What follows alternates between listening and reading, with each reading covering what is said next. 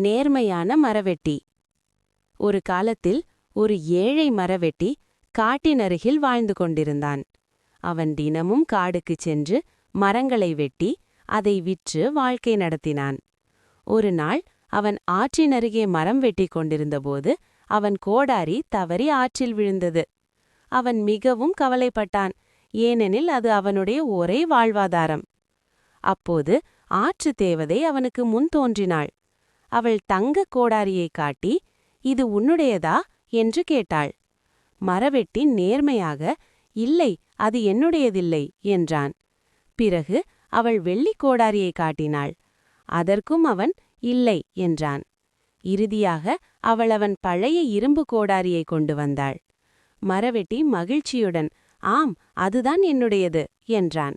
அவனுடைய நேர்மையை பார்த்த தேவதை மகிழ்ந்து தங்கமும் வெள்ளியும் சேர்த்து இரும்பு கோடாரியும் அவனுக்கு கொடுத்தாள். கற்றுக்கொள்ளும் பாடம்: நேர்மை எப்போதும் வெற்றி பெறும்.